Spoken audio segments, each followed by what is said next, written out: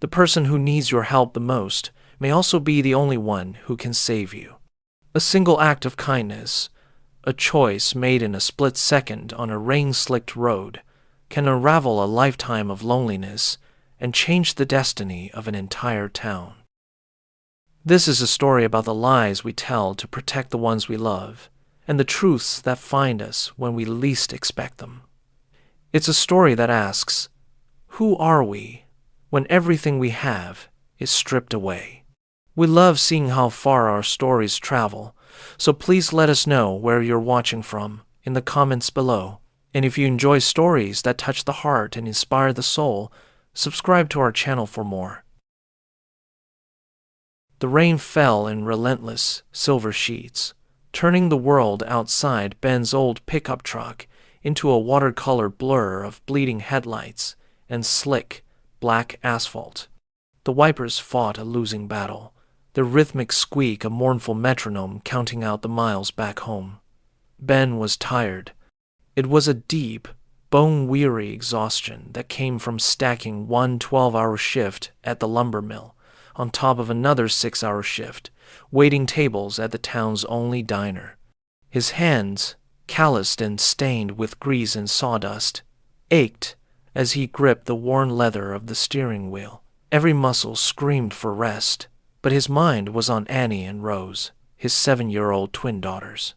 He pictured their faces, likely pressed against the cool glass of the living room window, their bright eyes scanning the dark road for the familiar rumble of his truck. That image was the fuel that got him through the day. It was the only fuel that mattered. He was a single father, a man navigating the treacherous waters of parenthood alone, and his daughters were his compass, his anchor, and his entire world. The modest house he was driving toward wasn't just a structure of wood and nails. It was a sanctuary built on a promise he'd made to their mother before she was taken from them by a sickness that had no regard for love or goodness. He promised he would always, always choose kindness. Through the mesmerizing curtain of the downpour, a shape materialized at the edge of his high beams. It was a flicker of white against the deep green and brown of the forest that lined the desolate country road. At first, he thought it was a deer, startled and frozen. But as the truck chugged closer, the shape resolved into something far more alarming. It was a person, a woman. She was standing there, drenched and motionless, a ghostly figure in the stormy darkness. Her dress, which had once been an elegant and expensive item, was torn at the shoulder and smeared with mud. Her long, dark hair was plastered to her face, and she seemed to be staring at something far beyond the road, lost in a world Ben couldn't see. He slowed the truck, his heart thumping a nervous rhythm against his ribs. Every instinct, honed by years of cautious living, screamed at him to keep driving. This was how horror stories began. A stranger on a dark road. A trap. But then, as his headlights fully illuminated her, he saw her face. It was pale, bruised, and utterly, profoundly lost. Her eyes, wide and vacant, held no malice, only a terrifying, childlike confusion. The promise he made to his wife echoed in his soul, a quiet but insistent whisper. Choose kindness. He pulled the truck over, its engine groaning in protest. He left the engine running, the headlights cutting a protective swath of light through the deluge. Taking a deep breath, he opened the door and stepped out into the storm, the cold rain immediately soaking through his thin jacket. He was not a large man, nor a particularly brave one, but he was a father, and that gave him a strength he rarely acknowledged. He approached her slowly, his hands held up in a placating gesture. "Ma'am?" he called out, his voice nearly swallowed by the wind and rain. "Are you all right?" She didn't respond. She didn't even seem to register his presence. He got closer, close enough to see a trickle of blood matting the hair at her temple. Her gaze was unfocused, her posture unnervingly still. "Ma'am, you can't stay out here," he said, his voice softer now, gentler. "You'll catch your death." He reached out and gently touched her arm. The contact seemed to shatter the spell. She flinched violently, stumbling back with a small, terrified gasp. Her eyes, a startling shade of stormy gray, finally focused on him. They were filled with a raw, primal fear, the fear of a cornered animal. Who are you?" she whispered, her voice a fragile, hoarse thing. "Where am I?" It was then that Ben knew. This wasn't a trap. This was a soul in desperate need of help. The world had broken her, at least for a moment, and left the pieces here on this forgotten road. "My name is Ben," he said, keeping his voice calm and even, the same tone he used to soothe his daughter's nightmares. "You're on Old Creek Road, about 5 miles outside of Northwood." He watched her face for any sign of recognition, but there was none. The names meant nothing to her. The blankness in her eyes was a chasm. "What's your name?" he asked gently. She shook her head, a slow, bewildered movement that seemed to cause her pain. I don't know," she stammered, a fresh wave of panic washing over her features. "I can't remember." Ben's heart clenched. He saw the expensive, though now ruined, silk of her dress, the delicate gold watch still clinging to her wrist, its face shattered. This was a woman who belonged to a different world, a world of wealth and comfort, yet here she was, stripped of everything, including her own identity. He knew the right thing to do was to drive her to the sheriff's office or the nearest hospital. It was the logical, responsible choice. But he also saw the terror in her eyes at the thought of officials, of questions she couldn't answer. He saw a vulnerability so profound it felt sacred. His promise echoed again, louder this time. He made a decision, not with his head, but with the deepest part of his heart. "Listen," he said, his voice firm but kind. "My home is just a few minutes down the road. It's warm and it's dry. You can stay there for the night, and in the morning we can figure this all out. I have 2 little girls at home. You'll be safe." She hesitated, her gaze darting from his face to the dark, menacing woods behind her, then back again. He could see the war within her, the instinct to flee versus the desperate need for shelter. He offered her a small, reassuring smile. It was the same smile he gave his daughters when they were scared, a smile that promised safety and unconditional care. It was the most honest thing he had to offer. "I promise," he added softly, "you'll be safe." Slowly, like a person waking from a long and terrible dream, she gave a single, almost imperceptible nod. He let out a breath he didn't realize he'd been holding. He gently guided her toward the passenger side of the truck, his hand hovering near her back, but not touching, respecting the fragile boundary of her fear. He opened the door for her, and she slid onto the warm bench seat, shivering, her movements stiff and uncertain. He closed the door and walked back around, the rain plastering his own hair to his forehead. As he got back in behind the wheel, the warmth of the cab felt like a different universe. He glanced at her. She was staring straight ahead, her hands clenched in her lap, a single tear tracing a path through the grime on her cheek. He didn't know who she was or what had happened to her, but in that moment, she wasn't a mystery or a danger. She was just a human being who needed help, and he was a man who had promised to give it. The drive was short and silent, punctuated only by the rhythmic squeak of the wipers and the hum of the engine. The woman, this stranger, sat perfectly still, her eyes fixed on the unfolding road as if searching for a landmark that might tether her back to reality. Ben didn't push. He understood that her mind was a locked room, and he didn't have the key. Forcing the door would only cause more damage. He thought about Annie and Rose, about how he would explain this. The truth was too complicated, too frightening for 7-year-olds. He needed something simple, something that would turn a scary situation into something manageable, even comforting. An idea, born of desperation and a father's protective instinct, began to form in his mind. It was a lie, but it felt like a kind one, a necessary one. He pulled into the gravel driveway of his house, a small 2-story structure with peeling white paint and a porch swing that swayed gently in the wind. It wasn't much, but the windows glowed with a warm, inviting light. It was a home. It was enough. Before they even got out of the truck, the front door burst open, and 2 identical little girls with bright red rain boots and matching yellow slickers spilled out onto the porch, their faces alight with pure, unadulterated joy. "Daddy!" they squealed in unison. That sound, that simple word, was the anchor of Ben's entire existence. He turned to the woman, his expression soft.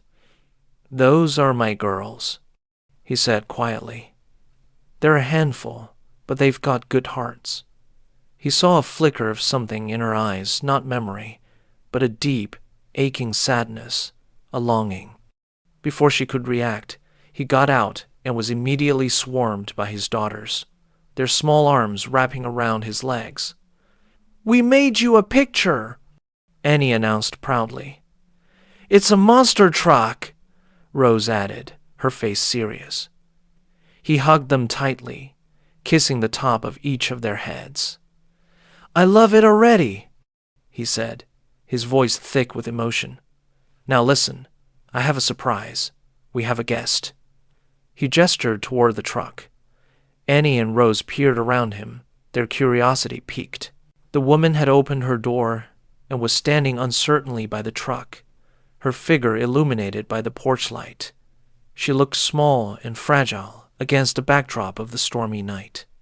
The girls fell silent, their eyes wide.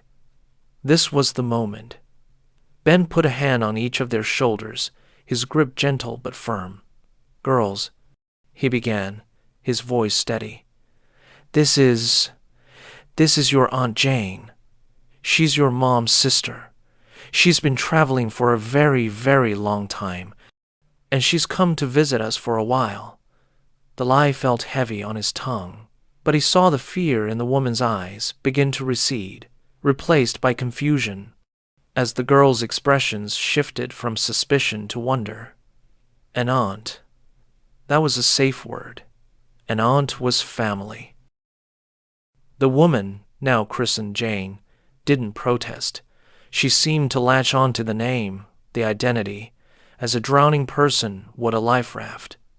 Annie and Rose, accepting their father's word as gospel, broke into wide, welcoming smiles.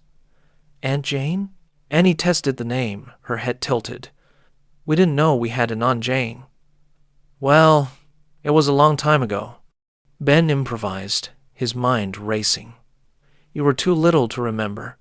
He gently guided the girls toward her. "Why don't you say hello?" Rose, ever the bolder of the two, stepped forward and took Jane's cold, trembling hand. "Your hands are freezing," the little girl stated with the simple, profound honesty of a child. "You need to come inside and have some hot chocolate."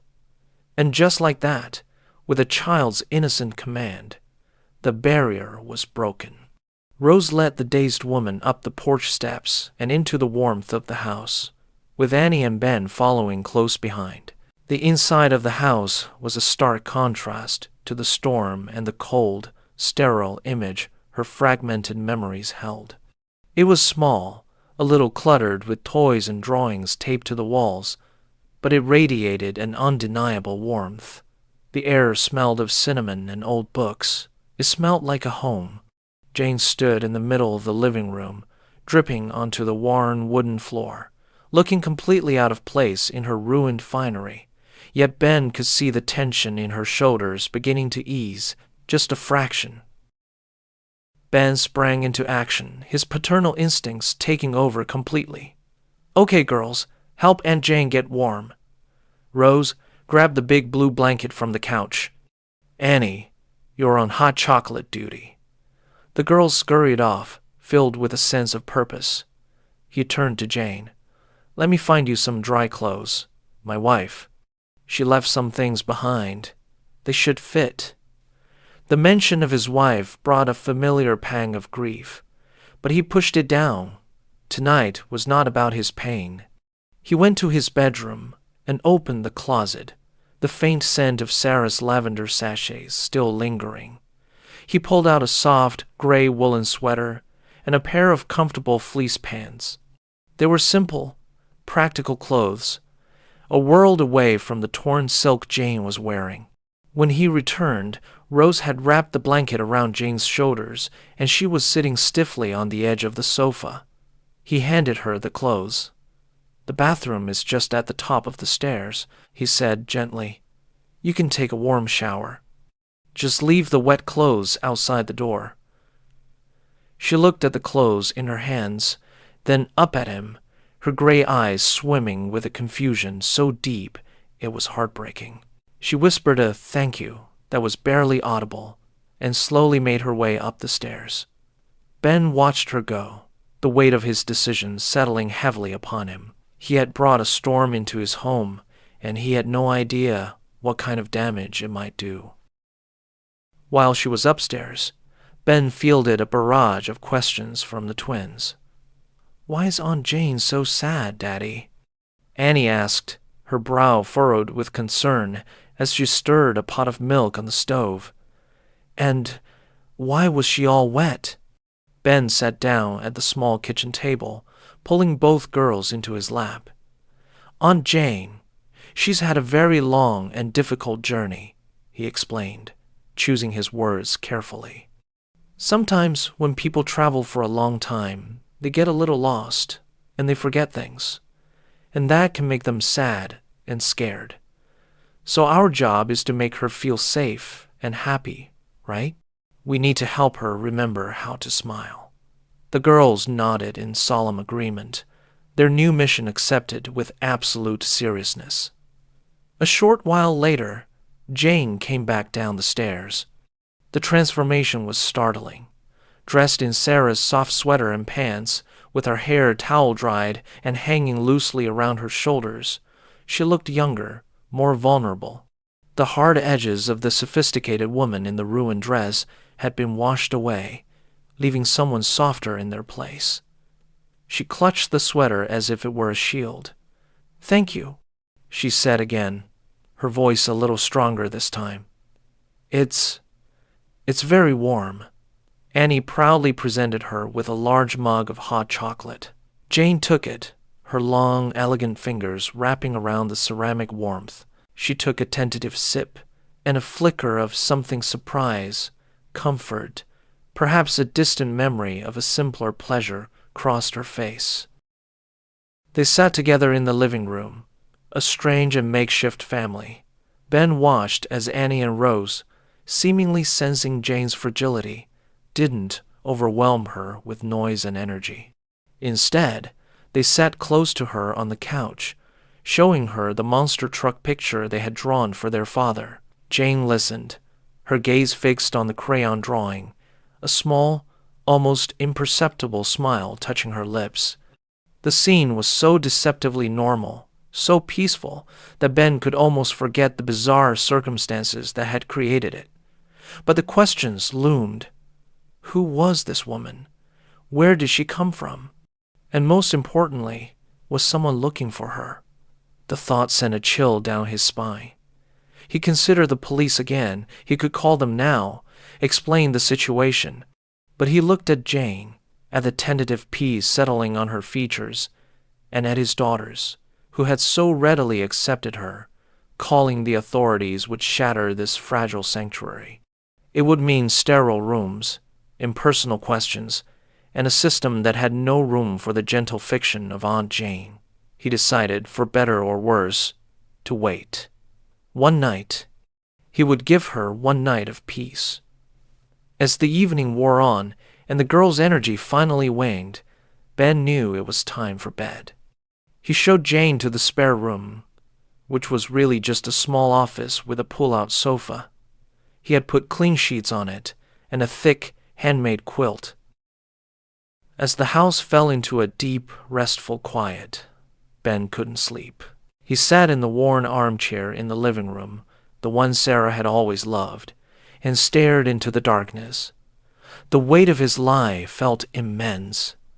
He had created a family member out of thin air, weaving a story to protect not only the stranger under his roof, but also the tender hearts of his own children.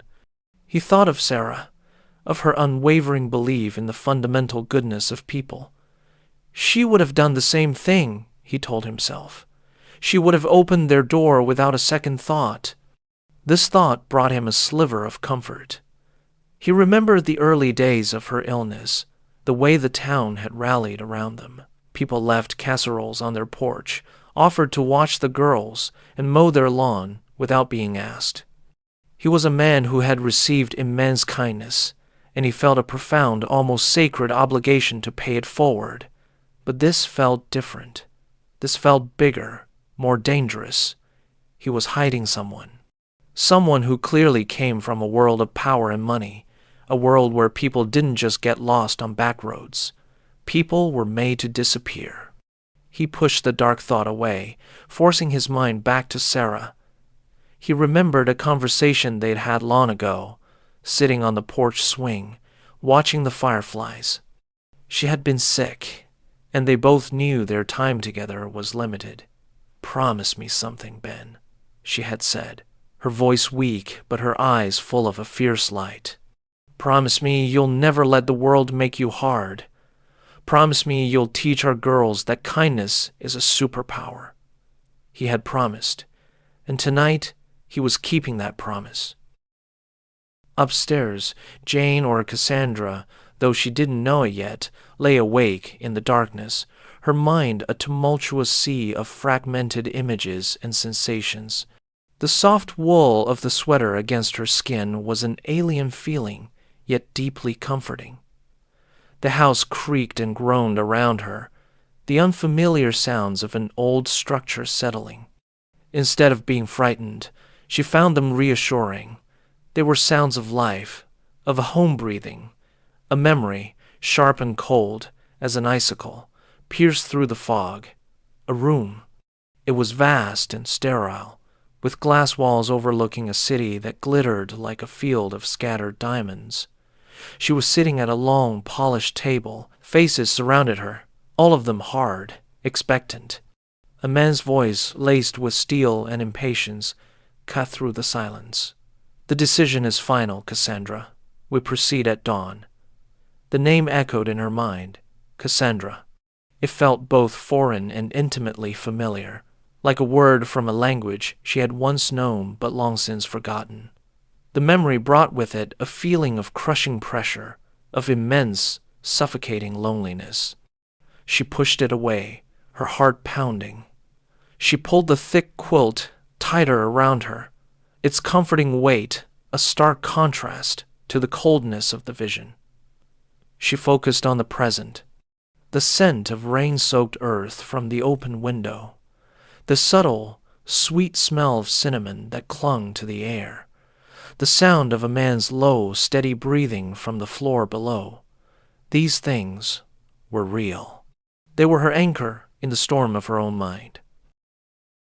The next morning, Jane woke to a strange and wonderful sensation. The smell of sizzling bacon and the sound of children's laughter. For a moment, she lay perfectly still, disoriented. The light filtering through the window was soft and golden, a gentle summons to the day.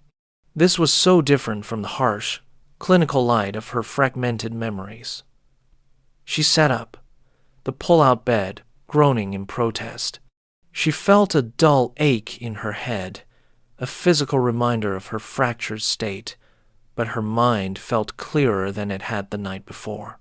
The fog was still there, but it seemed less dense, with small pockets of clarity beginning to form. She made her way downstairs, drawn by the sounds and smells of the morning. She found Ben at the stove, flipping pancakes, while Annie and Rose sat at the small wooden table, meticulously coloring in a book. They all looked up as she entered, and their faces broke into warm smiles. "Good morning, Aunt Jane," the girls chimed together.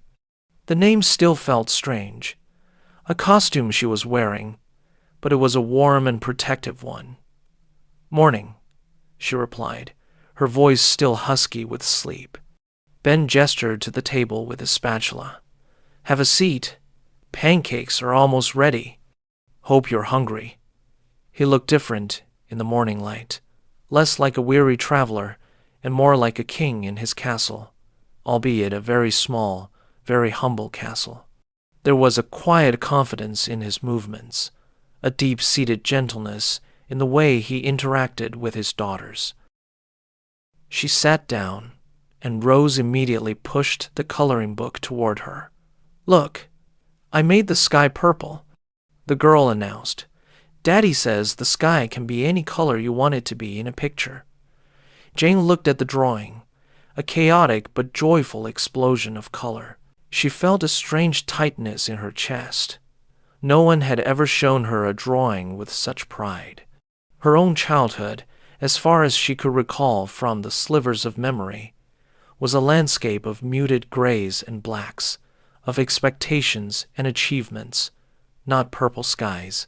She picked up a blue crayon, her fingers feeling clumsy and foreign around the small stick of wax.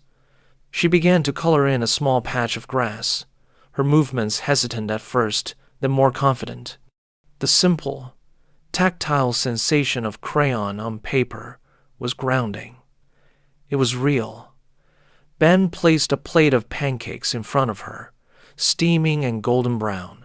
The food was simple, but it felt like the most luxurious meal she had ever had. As she ate, she listened to the easy chatter between Ben and his daughters, the gentle teasing, the shared jokes. This was a language she didn't speak, this language of effortless affection and belonging. She felt like an anthropologist observing a foreign tribe, fascinated and deeply envious. She was an island, and this little kitchen was a world she could see but not truly enter. She was a guest, an imposter, wearing a dead woman's clothes and a borrowed name. Later that day, Ben knew he had to address the practicalities of the situation. He couldn't keep her hidden forever. He decided to take her to see Doc Miller, the town's semi-retired physician who had delivered half the people in Northwood, including Ben himself. He trusted the doctor implicitly. "We're going to take a little trip into town," he told Jane, framing it as a casual outing. "I want Doc Miller to take a look at that bump on your head. He's a friend." Jane agreed without protest, her trust in Ben seemingly absolute. The town of Northwood was a postcard from a bygone era. A single main street lined with brick buildings, a small grocery store, a hardware shop, and a diner with a faded neon sign. People on the street waved as Ben's truck rumbled past. Everyone knew everyone. It was the kind of place Cassandra Sterling, the ruthless titan of industry, would have seen as a target for acquisition, a quaint relic to be bulldozed for a new commercial development. But for Jane, it was something else. It was strangely comforting. The lack of pretension, the genuine smiles, it was all so different from the cold, anonymous cityscapes of her fleeting memories. Doc Miller's office was attached to his house, the waiting room filled with mismatched chairs and old magazines. The doctor himself was a man with kind, crinkling eyes and a gentle demeanor.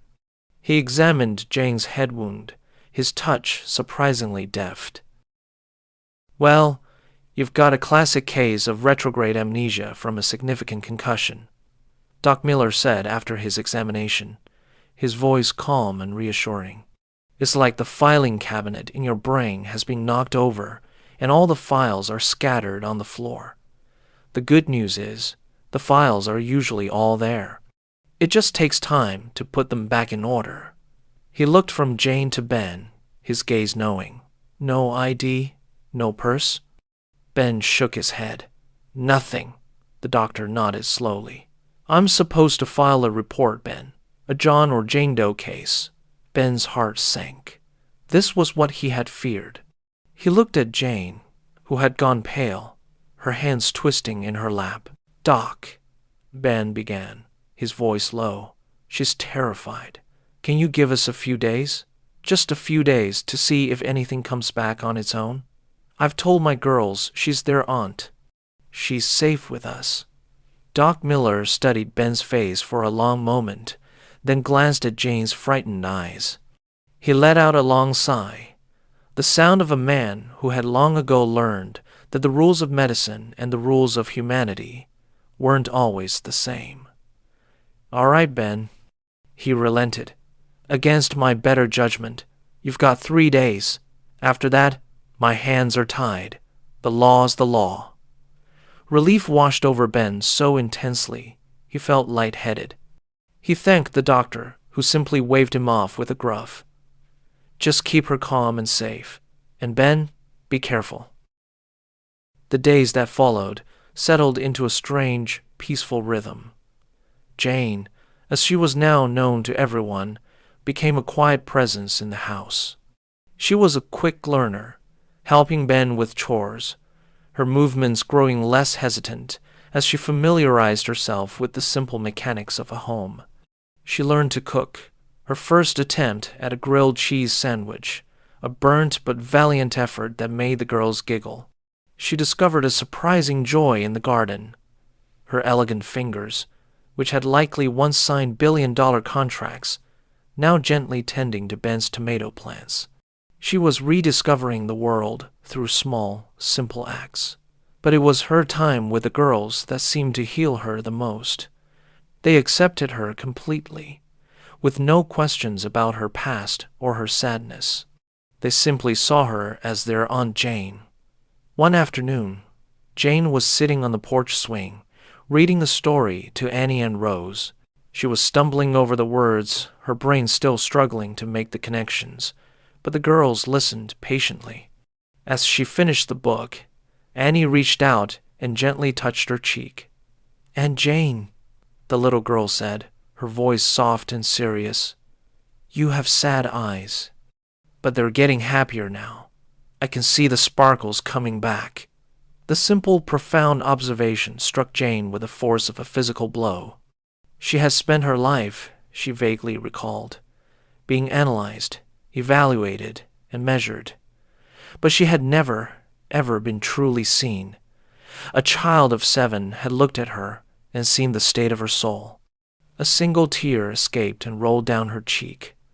It wasn't a tear of sadness, but of something else entirely, a painful, beautiful cracking of the ice that had encased her heart for a lifetime. That night, another memory returned, clearer and more vivid than the others. It wasn't a boardroom or a car crash. It was a memory from childhood. She was a little girl, no older than Annie and Rose, standing in a vast, manicured garden. A man with a severe face and a cold expression, her father was handing her a leather-bound portfolio. "Happy birthday, Cassandra," he had said, his voice devoid of warmth. "Your first block of shares in Sterling Enterprises." She remembered the crushing disappointment. She had wanted a doll, a puppy, something to love. All he had given her was another asset. The only warmth in that cold, lonely childhood had come from the estate's groundskeeper, an old man with kind eyes and hands that smelled of soil.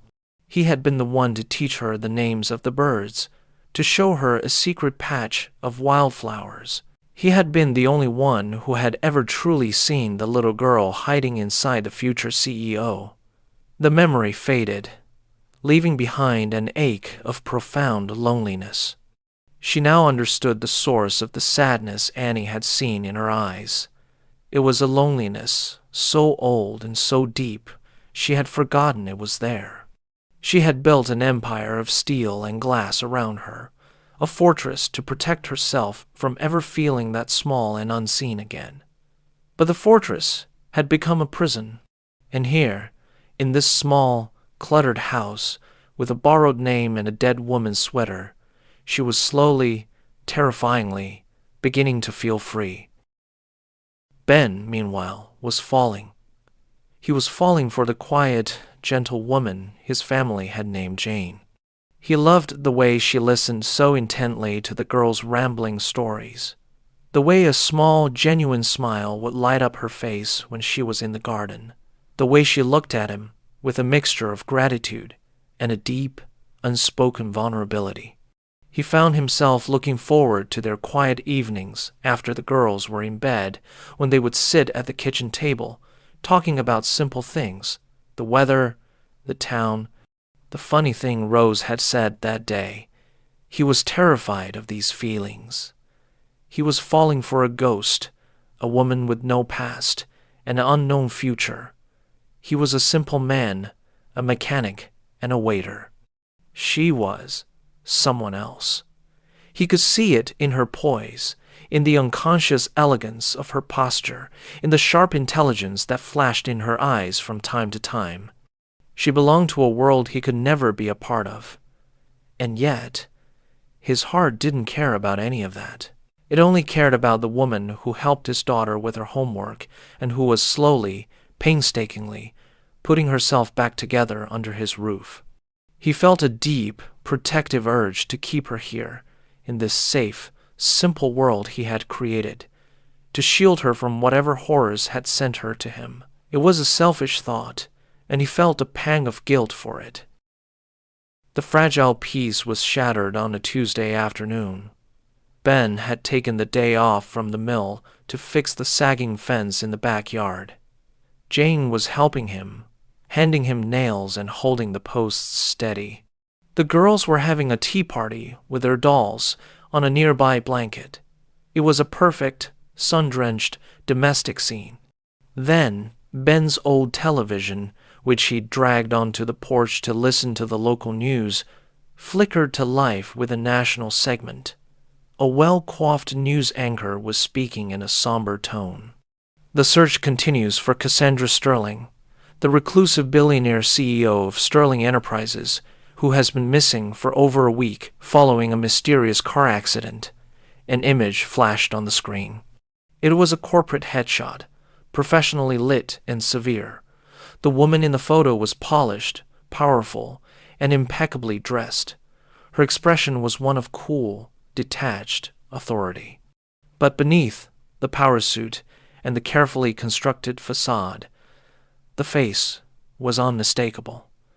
The high cheekbones, the stormy gray eyes, the curve of her lips. It was Jane. Ben froze, a hammer held uselessly in his hand. His blood ran cold.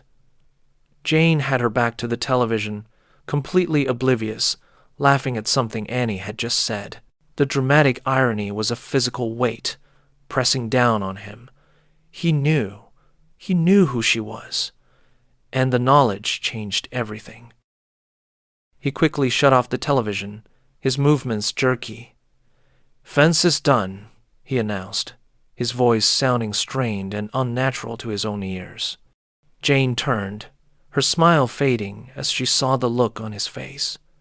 "Ben, is everything all right?" He couldn't meet her eyes. He felt like the worst kind of liar. He had given her a name, a family, a safe harbor, all while her real life, a life of unimaginable wealth and power, was in turmoil. "I'm fine," he lied, forcing a smile. "Just tired." But his mind was spinning. Cassandra Sterling. He'd heard the name before. Sterling Enterprises owned the paper mill, the largest employer in the region. They were known for being aggressive, for buying up towns and gutting them for profit. He looked at the gentle woman tending his garden, and couldn't reconcile her with the ruthless corporate raider described in the news. The report had also mentioned foul play was suspected. That meant the accident might not have been an accident. That meant someone might still be looking for her, not to help her, but to harm her. His little house was no longer a sanctuary. It was a target. Every passing car on the road suddenly seemed menacing. Every shadow seemed to hold a threat. He had to tell her. She had a right to know. But how? How could he tell this fragile, recovering woman that she was a billionaire and that someone might want her dead? How could he watch the peace he'd seen grow on her face be replaced by the fear and confusion he'd found her with on the side of the road? And a selfish, terrible part of him whispered, if he told her, he would lose her. Cassandra Sterling would have no place in his world. She would be gone, and Jane would be gone with her. Meanwhile, hundreds of miles away, in a sterile, high-rise office that scraped the sky, a man named Marcus Thorne stared at the same news report on a sleek, wall-mounted screen. Unlike Ben, his face was a mask of cold, controlled fury. Marcus was Cassandra's second-in-command, a man of sharp suits and even sharper ambition. He was the one who had arranged the accident. He had hired professionals to make it look clean, to ensure she disappeared. But she had proven to be stubbornly, infuriatingly resilient. He needed her gone. With Cassandra declared legally dead, control of her vast empire would fall to him, as stipulated in the corporate bylaws he had so carefully helped draft. He had a vision for Sterling Enterprises, a ruthless, unsentimental vision of pure profit that Cassandra, in a surprising and inconvenient fit of conscience, had recently begun to resist. Find her. He snarled into his phone, his voice a low, dangerous command. She was in a small town called Northwood. Search every house, every barn, every ditch. I want confirmation. And when you find her, finish the job. No mistakes this time. On the other end of the line, a gruff voice confirmed the order. Marcus hung up and straightened his tie, his reflection in the polished black screen, showing a man who believed he was on the cusp of getting everything he ever wanted. He had no room in his calculations for a single father, 2 little girls, or the transformative power of simple kindness. The idyllic bubble of Northwood was beginning to feel thinner, more fragile. A sleek, black sedan with tinted windows had been seen cruising slowly down Main Street. It didn't belong. In a town where every car and its owner were familiar, it stood out like a shark in a goldfish pond. The town sheriff, a kindly, pot-bellied man named Earl, had noticed it. He mentioned it to Ben when he stopped by the diner for his morning coffee. Strange car in town the last couple of days, Ben, Earl has said, stirring his coffee. Doesn't feel right. Ben's stomach tightened into a knot. He tried to act casual, but his fear was a living thing inside him. That night, he couldn't shake the feeling that they were being watched. He found himself checking the locks on the doors and windows, peering out into the darkness. He was watching Jane Cassandra more closely, too, looking for any sign that her memory was returning. He saw flickers of her old self emerge in unexpected ways. She had an incredible head for numbers, helping Annie with her math homework and solving a complex problem with an ease that baffled him. She instinctively knew how to reorganize the kitchen for maximum efficiency, a remnant of a life spent optimizing systems. These were the ghosts of Cassandra Sterling, haunting the quiet existence of Jane. He knew he was running out of time. The secret was a poison, and it was starting to contaminate the one place he had always felt safe. The breaking point came unexpectedly. Jane was helping Ben clean out the attic, a dusty repository of forgotten things. In a small wooden chest, she found a box of Sarah's old belongings.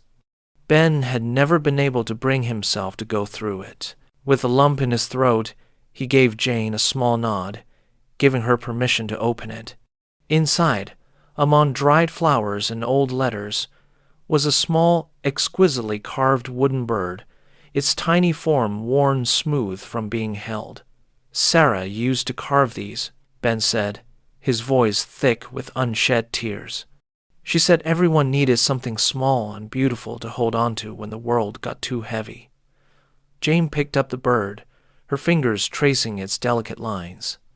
As she held it, A powerful wave of memory washed over her, so potent it made her dizzy.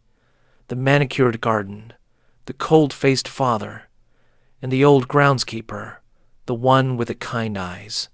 She remembered him sitting on a bench with her, a small knife in his gnarled hands, carving a piece of scrap wood. He was carving a bird, just like this one. He told me their names, she whispered, her voice distant. The robin, the finch, the sparrow.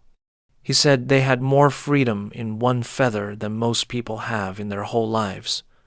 Ben stared at her, his heart pounding. It was happening. The files in her mind were being put back in order. The past was no longer content to be forgotten. It was coming for her, and he suspected it was coming for them all. That evening, after he put the girls to bed, Ben knew he couldn't wait any longer. The lie had become more dangerous than the truth. He found Jane sitting on the porch swing, staring up at the stardusted sky, the small wooden bird clutched in her hand. He sat down beside her, the old chains of the swing groaning under their combined weight. For a long time, neither of them spoke. The air was thick with unspoken words. "Jane," he began, his voice barely a whisper, "we need to talk about who you are." She turned to look at him, her gray eyes luminous in the moonlight. There was no fear in them now, only a quiet, weary anticipation. She knew. On some level, she already knew. He took out his phone, his hands trembling slightly, and pulled up the news article he had saved. He angled the screen so she could see it. "They say your name is Cassandra Sterling," he said, the words feeling like a betrayal. He watched her face as she looked at the picture of the powerful, severe-looking woman on the screen. He saw the flicker of recognition, the dawning horror, the denial. Her face crumpled, and she shook her head, a violent, sharp movement. "No," she whispered, her voice cracking. "That's not me. I'm not that person. That person. She's cold. She's alone." The emotional wall between Cassandra, the CEO, and Jane, the beloved aunt, was crumbling, and the fallout was devastating to watch. "I'm not her," she insisted, tears streaming down her face. "I don't want to be her." Before Ben could find the words to comfort her, the night's quiet was shattered by the sound of splintering wood, the back door. Someone had just kicked it in. Ben's blood turned to ice. Adrenaline surged through him, hot and sharp. He shoved his phone into his pocket and grabbed Jane's arm. "Get inside. Lock my bedroom door. Don't come out, no matter what you hear." He pushed her toward the front door as two large shadowy figures emerged from the back of the house. They were dressed in black, their faces obscured by the darkness. "We're just here for the lady," one of them grunted, his voice a low growl. "Give her to us, and you and the kids don't get hurt." Ben's fear was a roaring inferno, but something else rose to meet it. A primal, paternal fury. They had threatened his children. In that moment, he was no longer a humble mechanic. He was a father protecting his pride. "You're not touching my family," Ben snarled, grabbing a heavy iron skillet he left by the door. It wasn't much of a weapon, but it was all he had. The fight was a blur of brutal, desperate motion. Ben swung the skillet, connecting with the first man's shoulder with a sickening thud. He was clumsy, untrained, fueled by nothing but pure, terrified love. He was no match for them, but he fought like a cornered lion, putting his body between the intruders and the stairs that led to his children. The second man lunged, grabbing Ben from behind, his arm wrapping around Ben's neck in a chokehold. Ben gasped for air, his vision starting to speckle with black dots. From the top of the stairs, a bedroom door creaked open. Annie and Rose stood there, their small faces pale with terror. "Daddy!" they screamed. The sound of his daughter's fear gave Ben a final, desperate surge of strength. He stomped back hard on his attacker's instep and drove his elbow into the man's ribs. The hole loosened for a second, just enough for Ben to break free. But the first man was back on his feet. He picked up a heavy floor lamp and swung it like a baseball bat. He wasn't aiming for Ben. He was aiming for the doorway to the kitchen, where Jane stood, frozen in terror. "No!" Ben yelled, diving to tackle the man. But he was too late. The base of the lamp struck Jane on the side of the head, in the exact same spot as her previous injury. She cried out, a sharp, piercing sound, and crumpled to the floor. The impact, the surge of adrenaline, the terror of the moment, it was like a lightning strike to her brain. The final lock on her memory didn't just open, it shattered. The dam broke. A tidal wave of memories, complete and unfiltered, flooded her mind. The argument with Marcus in the back of her limousine, his face twisted with greed and fury as she refused to sign the documents that would ruin thousands of lives for a marginal profit increase.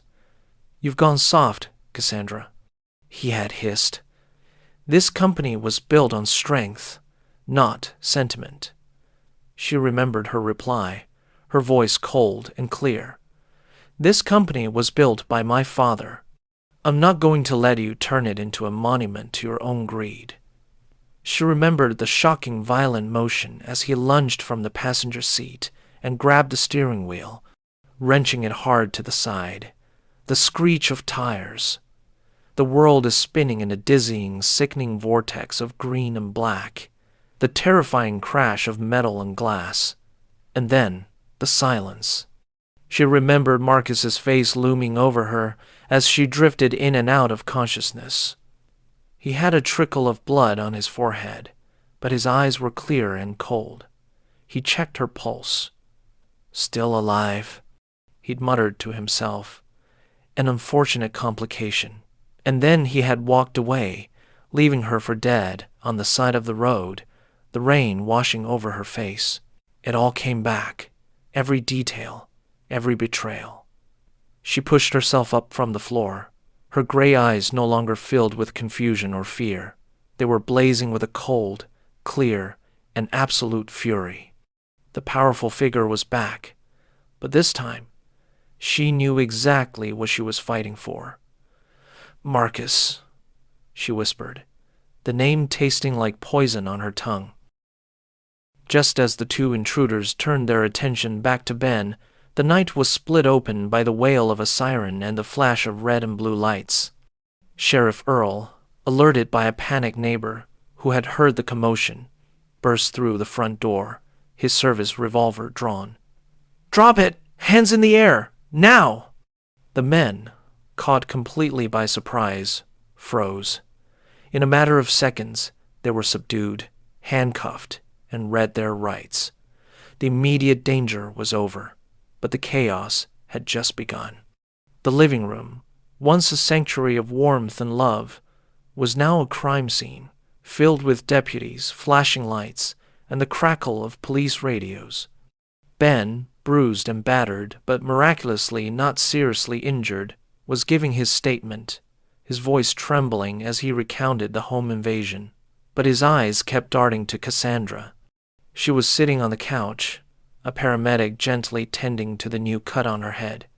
She was wrapped in the big blue blanket Rose had given her on her first night, but she looked like a different person. The softness of Jane was gone, replaced by the steely, formidable aura of Cassandra Sterling. Her posture was erect, her gaze sharp and analytical. She was no longer a guest in this world. She owned it. The aftermath was a whirlwind. The story of the missing billionaire found alive in a small town, protected by a local hero, became a national sensation. Ben's small house was suddenly besieged by news vans and reporters. But a new, far more efficient force had also descended. Cassandra's personal security and legal team. Men in dark suits, speaking quietly into earpieces, secured the perimeter of the property, creating an impenetrable bubble around the family. Lawyers with expensive briefcases took over, handling the police and the press with ruthless efficiency. The world Cassandra had left behind had come to reclaim her. For Ben, it was a jarring, out-of-body experience. One day, he was a single father struggling to make ends meet. The next, he was living in the eye of a media hurricane, his life inextricably linked with one of the most powerful women in the world. He felt a growing distance between himself and the woman he had known as Jane. She was polite, grateful, and ensured he and the girls had everything they needed. But the easy intimacy they had shared was gone, replaced by a formal, professional courtesy. He was no longer her rescuer. He was a footnote in her incredible story. He felt a profound sense of loss, mourning a woman who had, in a way, never truly existed. A few days later, a sleek black car came to take Cassandra back to the city.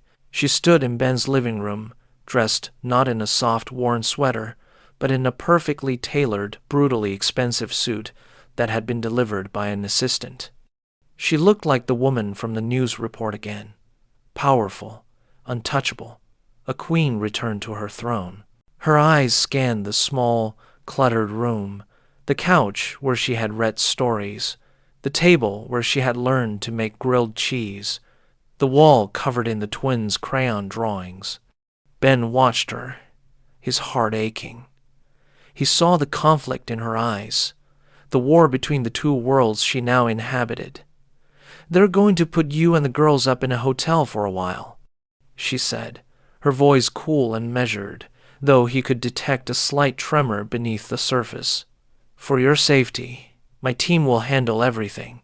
It was a statement, not a discussion. Ben just nodded, unable to find his voice. Annie and Rose came to say goodbye, their faces etched with confusion. "Are you leaving, Aunt Jane?" Rose asked, her lower lip trembling. Cassandra knelt down, her polished facade cracking for a moment. She hugged them both tightly. "My name is Cassandra," she said softly, "but I will always be your aunt. I promise."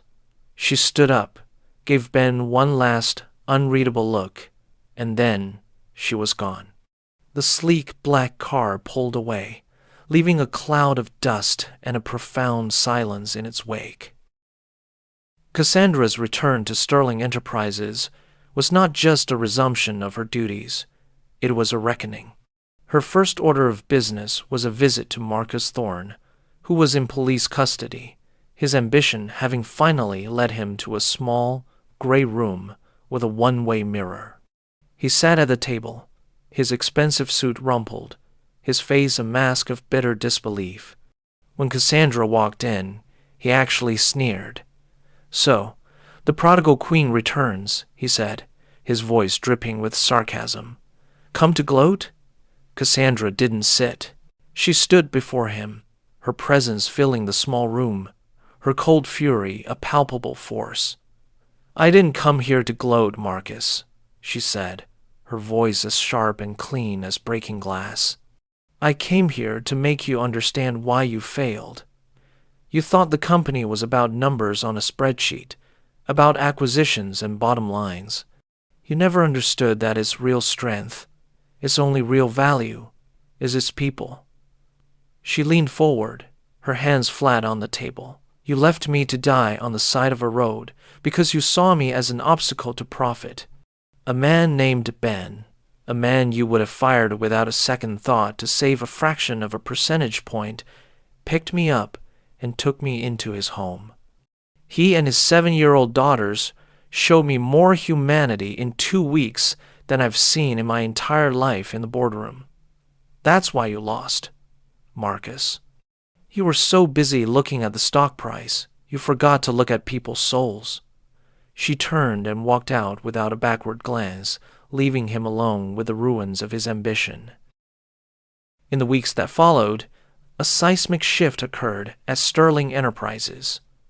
The ruthless, profit-driven deals Marcus had set in motion were systematically dismantled.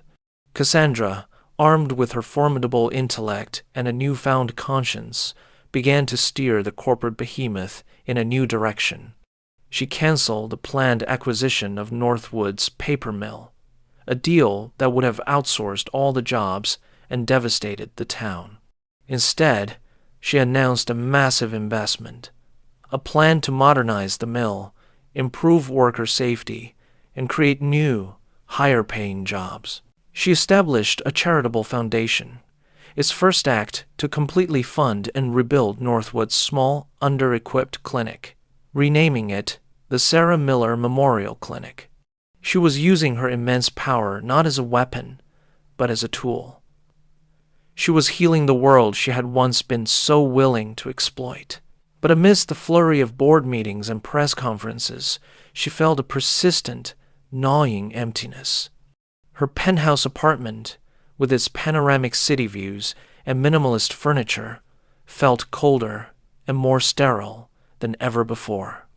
She found herself thinking of the creak of Ben's porch swing, the smell of his coffee in the morning, and the unconditional love in the eyes of his daughters. She had her name, her memory, and her power back, but she had lost her home. One day, she couldn't take it anymore. She canceled her meetings, ignored the frantic calls from her assistants, and got in her car. She drove for hours, leaving the glittering city behind, until she was once again on the winding country roads that led to Northwood. She didn't go to the mill or the new clinic. She went to Ben's little white house with the peeling paint. She found him in the backyard, patching the fence that had been damaged during the break-in. He looked up when he heard her car, his expression a mixture of shock and something else, something she desperately hoped was relief. He put down his tools and walked over to her, wiping his hands on his jeans. "Cassandra," he said, the name still sounding a little strange on his lips. "What are you doing here?" "I came to see my family," she replied, her voice soft. Just then, the back door flew open, and Annie and Rose ran out, their faces lighting up when they saw her. They launched themselves at her, and she knelt to catch them, hugging them with a fierceness that surprised them all. For the first time in weeks, the crushing loneliness in her chest began to recede. Later that evening, after the girls were asleep, she and Ben sat on the porch swing. The silence between them was no longer awkward, but comfortable, familiar. "I don't belong in that other world, Ben," she said quietly, breaking the silence. "Not the way I used to. I spent my whole life building an empire, but it was just a fortress. It was designed to keep people out, to keep me safe from being the lonely little girl in the garden. I thought power would protect me, but it just isolated me." She turned to look at him, her gray eyes clear and honest in the soft glow of the porch light. "You protected me. You and Annie and Rose. You gave me a home when I didn't even know who I was. You saw me. You truly saw me when I was completely invisible to myself." Ben's heart swelled. He reached out and took her hand, his calloused fingers lacing through her smooth ones. "I didn't see a billionaire, Cassandra," he said, his voice thick with emotion. "I saw someone who needed help. I saw Jane." She smiled, a real radiant smile that reached her eyes. I think I'm a little bit of both," she said. "Cassandra Sterling knows how to run a company, but Jane knows how to build a home. I was hoping, maybe, we could build one together." Ben's smile matched hers. He didn't need a formal contract or a business plan. He just needed the woman sitting next to him.